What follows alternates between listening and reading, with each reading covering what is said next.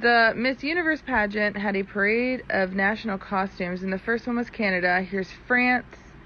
Panama's here. India. Look how beautiful these costumes are. Okay, look how beautiful they are.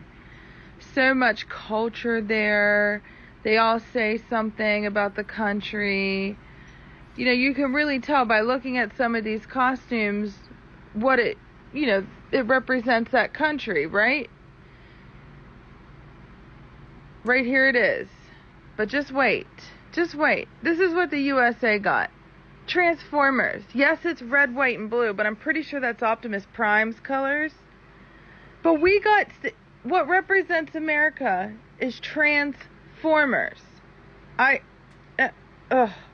Peace. Welcome to Man's Final Dominion News. I am your host, Asaya Ben Yisrael, the Iconoclast.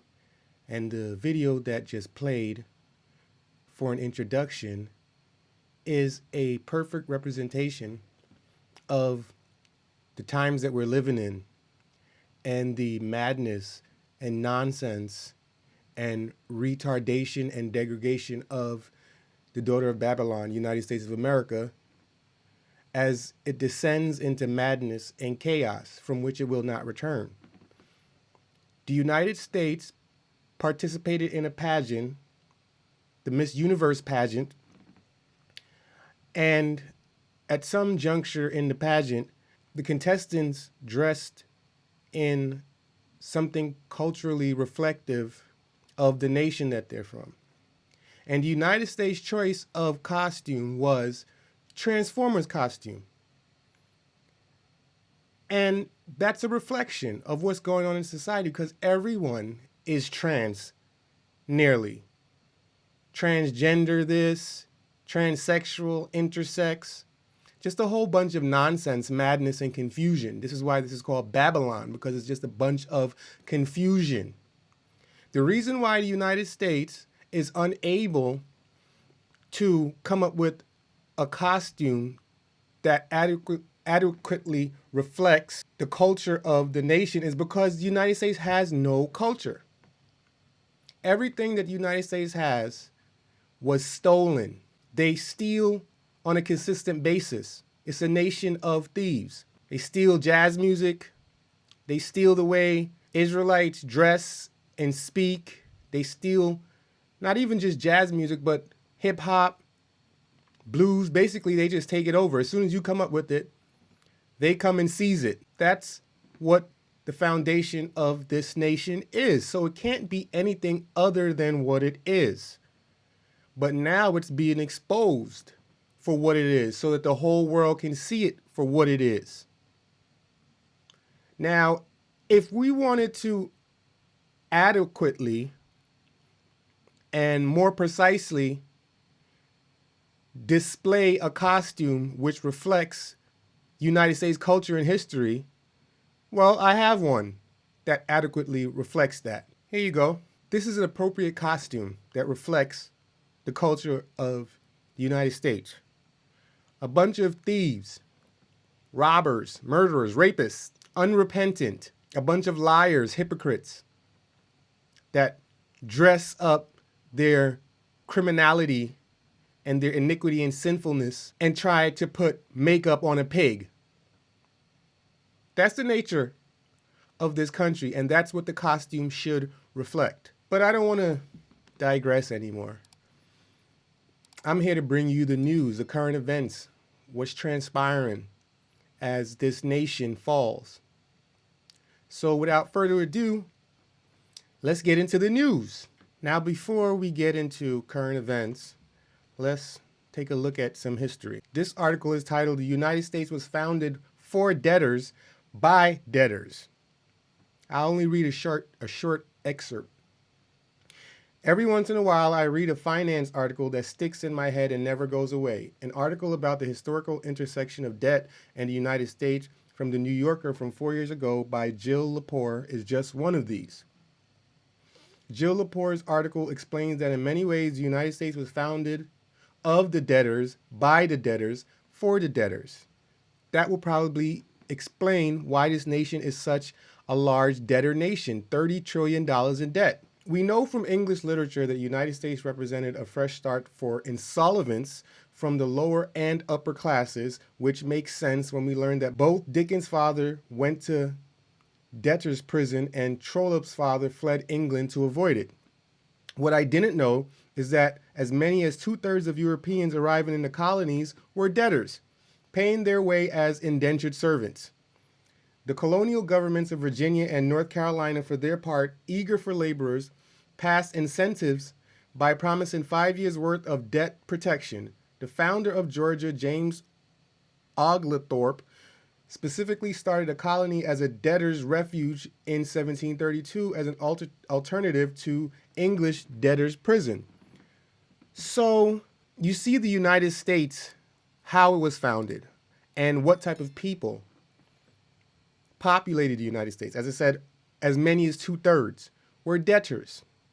Not only that, they emptied the prisons in Europe, in England, of the criminals and sent them over to the New World, as they call it, the New World, right?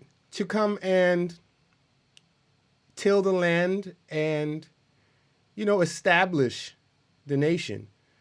So the nation was established by a bunch of broke criminals. And now look at it. We have a bunch of rich criminals now. But the nation is in debt. I highly recommend and suggest that you do some research into the history of this nation so that you can get more insight, more knowledge, wisdom, and understanding about the beast that we are in. In other news, from Reuters, article titled, "In Setback for Gay Catholics, Vatican Says Church Cannot Bless Same-Sex Unions." So the Vatican is refusing to bless same-sex unions. However, the priests are molesting, raping, sexually assaulting little boys. They can't bless it, but they'll definitely do it. You see these perverts? How they are? These sodomites. And then under the guise of being godly, they can't bless it. Hypocrites. The whole religion, denomination of Catholicism, the whole formation was predicated on sodomy. They don't allow their priests to have relations with women, so guess who the priests have relations with? Boys, men, little children, little male children. That's who they have relationships with. Because the Catholic Church and its perversion of scripture won't allow priests to have the natural function of a woman's body, which goes against nature. The first commandment in Genesis chapter 1 says, "Be fruitful and multiply." Now, if they don't allow them to have wives, how are they supposed to be fruitful and multiply? You see this perversion, this confusion, this sick and twisted, deviant behavior? That's the times and that's the world that we're living in. And just like Yah overthrew Sodom and Gomorrah with fire and brimstone, and it has never been inhabited and will never be inhabited, this nation, the daughter of Babylon, will be overthrown by fire, nuclear fire, and it will not be inhabited again for all eternity because of the wickedness and the perversions, the sodomy, the transformers in this nation. In another article entitled, "FBI Release Eerie Footage of Capitol Riot Pipe Bomb Suspect After 8 Weeks with No Arrest." I'll play the video.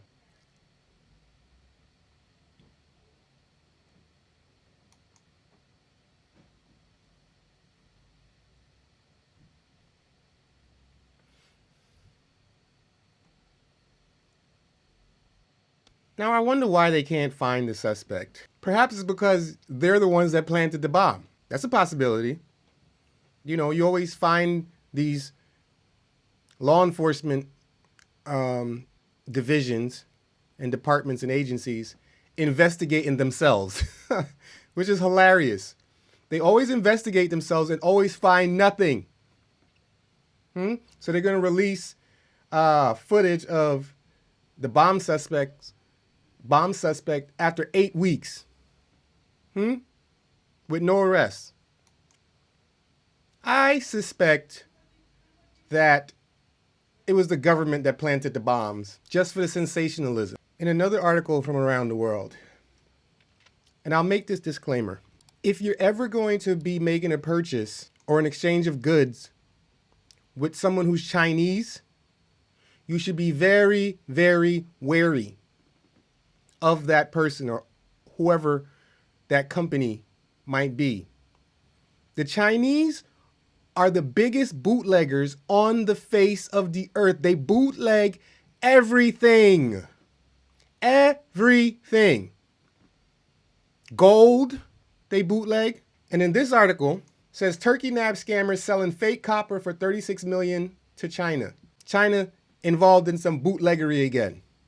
$36 million of fake copper. They got rocks, as you can see here, and painted them over. Now, the article is saying that it was a plan to rip off a Chinese company, but I don't buy that unless the Turkish side is sick and tired of being deceived and ripped off by the Chinese side. Then that makes sense. But from as far as I know, Chinese people bootleg everything. I mean, everything is basically made over there anyway. They have all the raw ingredients, so it takes nothing for them to bootleg stuff. And Chinese people are, I don't want to slander a whole ethnicity, right, of people, but look at the COVID-19 plandemic, scamdemic, right? And look at the Chinese numbers with 1 point something billion people over there, and their numbers are so low. They're lying. They're liars. They're using propaganda to stifle the real numbers, okay? So it's not just the United States of America that's wicked and corrupt. It's every nation on the face of this earth currently is wicked and corrupt. Everywhere you go, there's corruption. You can't escape it. Not until the Israelites, the chosen people of Yah, return home seeking to build Yah's temple, the third and final temple, the world will not learn righteousness. They won't do us right. They'll only do us right in their own eyes. And you have to be wary of people like that, because they won't hesitate to cut your throat to get what they want. In stimulus news, which seems to be on everyone's mind, this article is titled, Joe Biden's U.S. $1.9 trillion stimulus won't be enough to reignite world economy on its own. They're just printing money. They have a machine that can print an infinite amount of paper. As the money supply increases, so will the prices of goods, services, and products rise. The technical term is inflation. That's when there are more dollars chasing less goods, supply and demand. The nation is on its way out. There's no amount of stimulus that can save it. The country has dug itself into a hole which it cannot climb out of ever. Folks need to realize this. But everyone's walking around with eyes open but can't see, have ears and can't hear, has a heart that's fat and cannot understand, pursuing their own desires, trying to live the American dream, when the only person that dreams is a person that is asleep. Most people are ecstatic that they're going to be getting $1,400 by direct deposit or by check in the mail. $1,400 is not even enough in some places to pay 1 month's rent. And a lot of people are behind on rent. I've seen articles where people are $14,000 in the hole for rent. So what is $1,400 going to do exactly? But even more so, the people are happy for crumbs. That's how desperate they are. You see people posting on Facebook, I got my stimmy in my account. What they gonna do? I'm gonna go to Red Lobster and order the whale, and all sorts of nonsense. Okay, well, let's take a look at how much money you were really supposed to get if the stimulus went to the people like it should have. Okay, so let's do some calculations, some quackulations. $1.9 trillion, right? And there are, from this statistic here, roughly 328.2 million people in the United States. So let's divide that 1.9 trillion by 328,200,000. It looks like everyone was supposed to get $5,789. But instead you got $1,400. And you're happy for it. Woo! $1,400 in my account. Oh my goodness. Thank you, Biden. Right? Okay.